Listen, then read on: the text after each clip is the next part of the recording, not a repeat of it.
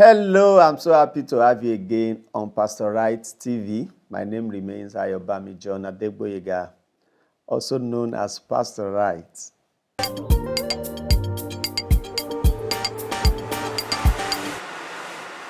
I'm grateful to God that you are getting blessed. I can see the feedbacks and the comments, and this is actually encouraging me to do more.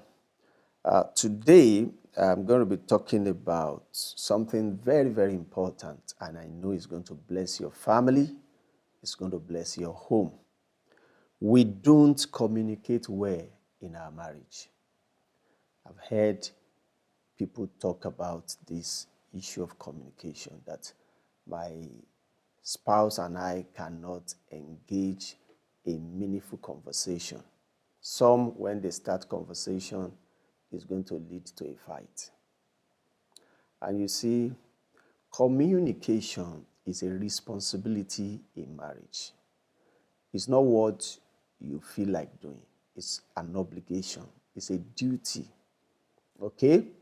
So once you get married, or as you are preparing to get married, you must be deliberate on how to work on your communication skills. In filmmaking, there is what we call dialogue and monologue. Dialogue is when there is a conversation between two or more people. So you talk about your feelings, you express yourself, you have something to say, another person has something to say, and then conversation happens. So in monologue, you are not expecting that somebody is going to talk back at you. But you see, in marriage institution, what God approves is dialogue. So you cannot come into marriage and say, I don't want to talk. I'm not interested in communication. You've got to learn it. You've got to learn it. There are things that you were not used to before, but today you are good at it. I've heard people talk about, oh, I don't used to talk before until I got this job. So please know this and know peace. Communication is a skill, and then you can learn it. I remember when I taught my wife how to drive. Initially, she was not interested, so I had to encourage her, learn how to drive, you can, and all of that. So I taught her it's not every man that can teach his wife how to drive, actually. It was a difficult assignment, but I scaled through. So I remember the first time she was going to drive on the main express. She's been driving in the neighborhood, less busy street and all. So, so that first time that she was going to drive on the main express, she now said to me, there are so many vehicles on the road. And I looked at her and smiled. I said, babe, they are not going to take all the vehicles off the road because you want to drive. So you've got to face it, and it's going to help your confidence and boldness in driving. And that was how she hit the road. And then today she could drive anywhere. So that is to tell you that there is actually nothing that you put your heart to do that you can't achieve if your mind is there. So it's not going to be an excuse that I don't like talking in marriage. Okay? So there's something I want to teach you if you are faced with this kind of challenge. And this thing is very, very simple and very, very effective. Now, if you come to me for counseling, this is what I will recommend to you. So I want you to please follow me. There's what we call marriage checkup questionnaire. Marriage checkup questionnaire. So we're going to give you this questionnaire, you fill it, and from your answers, we'll be able to get a kind of idea about your family, even though we've not been living with you. So do this and it will help you.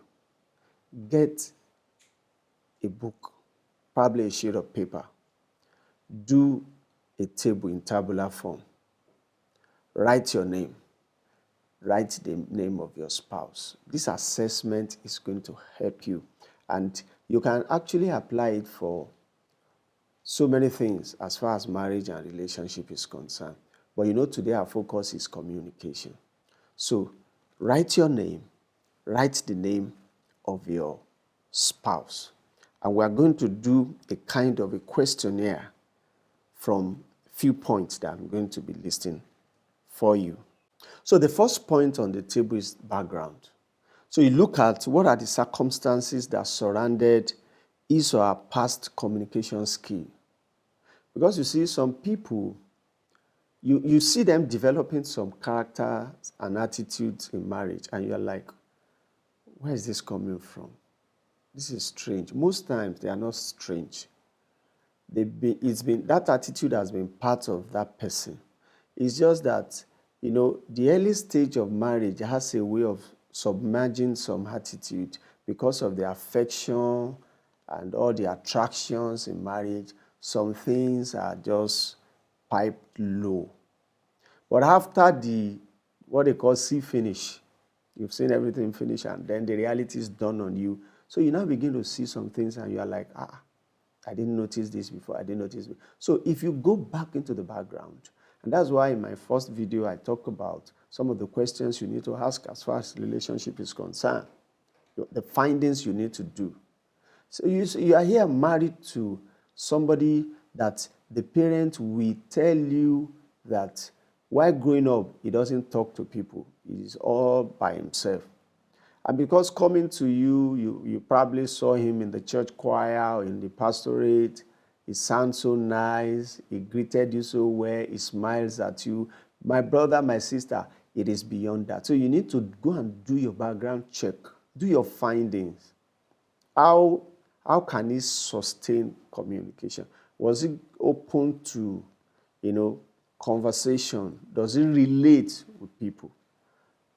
All right? And I want to use this opportunity to talk to parents as we raise children that we should please create communication avenues. Today, families are not talking. People are chatting. There is WhatsApp platform for the family. Your child wants to talk to you, is dropping the message for you. Put the phones aside and talk to each other. Talk to each other. Because if you don't instill the culture and the skill of communication in your children, it will affect them by the time they get married. I've seen parents who reported their children to me and said, my child is asking me not to call him, and is asking me to chat. Unfortunately, this woman just lost her husband, the man she has been used to, that they communicate. Now, she wants to transfer that to the children, and they are telling her that, Mimi, we don't have time for all of those conversations. Just drop a note, send a message, and we will respond. So that is where we are going. But you see, you can make the difference by ensuring that in your family, you create avenue for conversation. Talk. Get out of the house. Talk. Drop the phone aside. Have a family meeting. Have conversation. Because if you are not used to it, it will be difficult for you to adjust when eventually you get married. There is nothing that somebody is doing today that you will not see a reflect of where it's coming from. That's why we talk about culture. We talk about, upbringing. There are functions of where you're coming from. So in marriage, what helps your communication is where you're coming from. Many of you are married to, wives that were used to talking. They converse, they talk. And you are just, once you enter your room and you shut the door, that's all. Now you are married and you want to continue like that. You need to adjust. All right, so number 2, temperament. Don't forget, we are working on a table. Temperament. What is the temperament of my spouse? what is my own temperament. Because you see, when the scripture says you are helpmate, to each other, it's not only the woman that is helping the man is also helping the woman. So when the Bible says you are helpmate, when you understand all of these things and you see the vulnerability of each other, you'll not be able to look at the angles at which you can render help. So most times when you complain about your spouse, it's a way of God showing you where you need to help that person. So we're talking about communication. Somebody is an introvert, you're an extrovert. So you need to help that person to come out of the shell, either by speaking to a counselor, giving him books to read, ask him to watch some content online that will change his orientation and it will get better. Because nagging and complaining may not be of help. All right? Number 3, communication style. Many of you, what you need to do is to do what you have been doing in different ways. Change the style. In the fashion world, you have dresses that you wear, but you have different styles.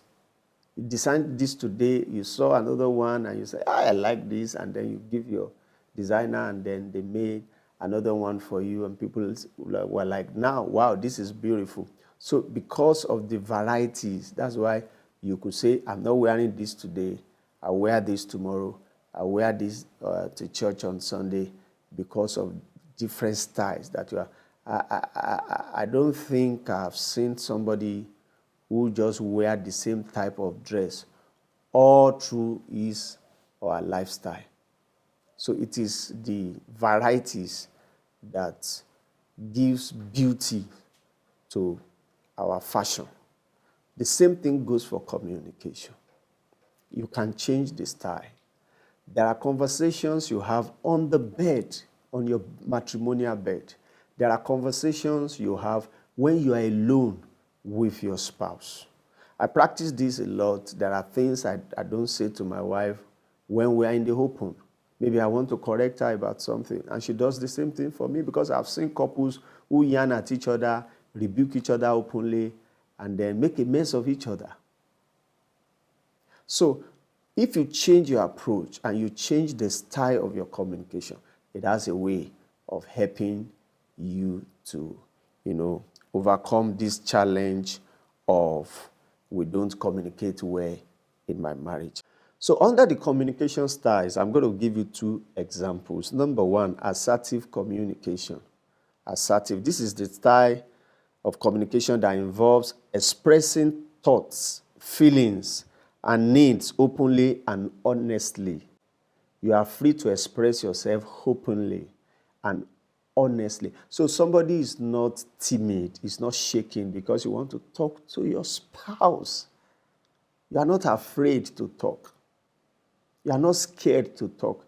And you see that, true to God, there are marriages that the partner is afraid to say things because of the response that the partner is going to give back to him or her. So you must be free. You must be free to talk in your marriage. And then you must be honest. There must be honesty in your conversation and communication. As children of God, don't lie when you talk to each other. All right? Then why also respecting the partner's rights and opinions? So that's when communication takes place. As you are communicating, you are respecting the right and the opinion of your partner. You don't do monologue and say, I have said what I want to say, and you go. No. Let there be feedback. And when he's feeding you back, let there be active listening. Let there be responses. Let people be able to express their opinion in conversation. All right? And as a man of the house, there's nothing bad when you have a conference talk in your family. Take the opinion of the children. Let them be involved. There's a way that it gives them the sense of belonging in the family. I know that you are supposed to lead them, but It's not all the time that you take decision for them. Have a conversation, talk.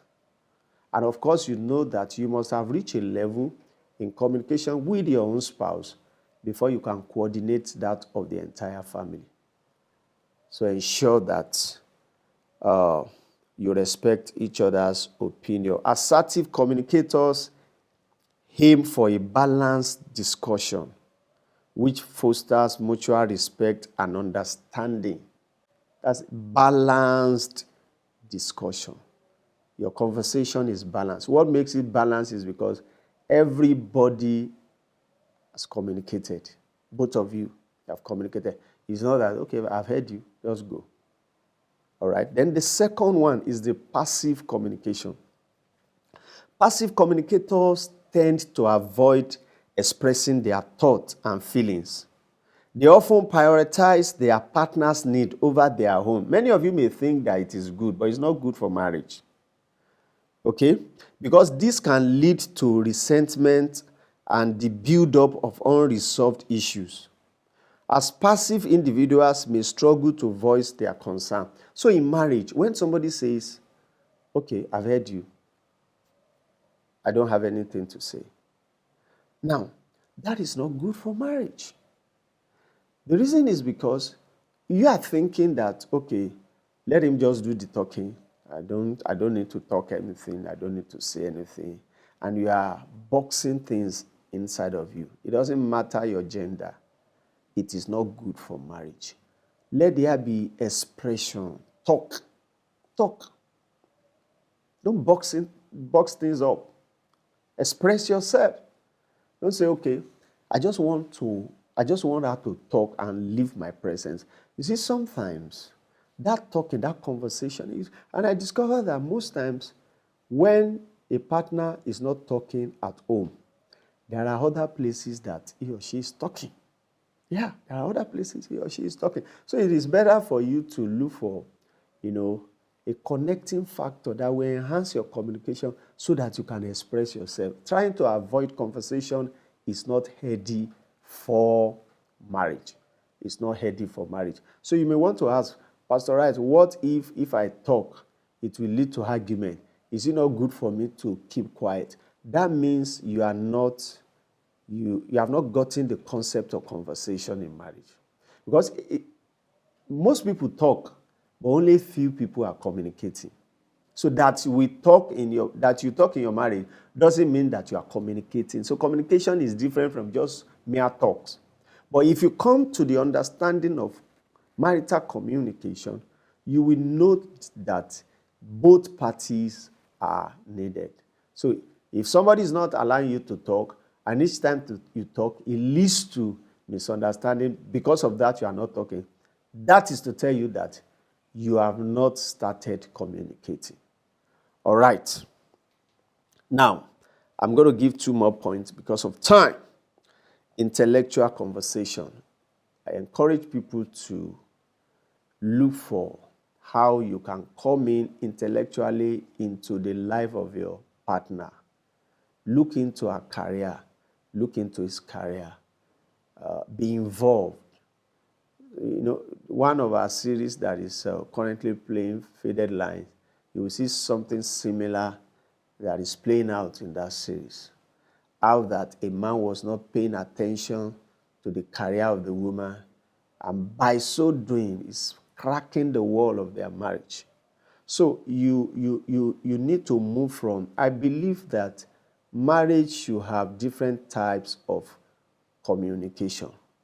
You can say anything in marriage. When you get to the level that you should get to, you should be able to express yourself. The way you feel, you understand. You may even be driving and then a thought will just come to your mind and you just say that no offense is taken. That's the level we want every couple to get to. But as you trust God for that, one of the things that will help you to get there is to take notice of the interests of your spouse. Is he an engineer? You can read online about engineering. So when he comes back from work, what you have read, just engage him. So he picked interest. That's what he's been talking with his friends. Now his wife is trying to talk about it. He will be interested. As simple as somebody who loves watching football match, and you just pick a little interest and say, okay, let's have a talk about the Premier League that is coming up. Which team are you supporting? Which player is scoring for you? And all of that. So when you pick, and that will lead me to my the last point, area of interest. When you move from intellectual, conversation, you also use the principle of the area of interest. What area interests your spouse? What area interests, your children? Because we're talking about family here. What are the things that they want to talk about? Many parents do not want to engage their children because they feel that what they are talking doesn't make sense. It used to make sense to you when you were in their age, but now it's not making sense. So there is the need for you to come to their level and listen to them. Take interest in what they are doing. Watch the content they are seeing on TV so that it can help your conversation. Don't say something is children's talk. Don't say something is women talk. Be involved in each other's interests. Be involved in each other's interests. It has a way of helping you. As I round off, I want to give you 4 points to avoid when you are having communication. Number 1, defensiveness. Don't be defensive. Anytime somebody is saying something, either your spouse, your children, you are always defensive. There is nobody that is not vulnerable. So avoid defensiveness. Criticism is another one. Don't criticize when you are communicating. Don't always bring out points to counter your partner. In marriage, there is no winner, there is no loser. Number 3, contempt. Don't make your partner look or feel worthless. There is what we call mutual respect in marriage. And of course, the last one is stonewalling. Stonewall is an obstruction, the wall you build anytime there's going to be a communication in marriage. You have built the wall.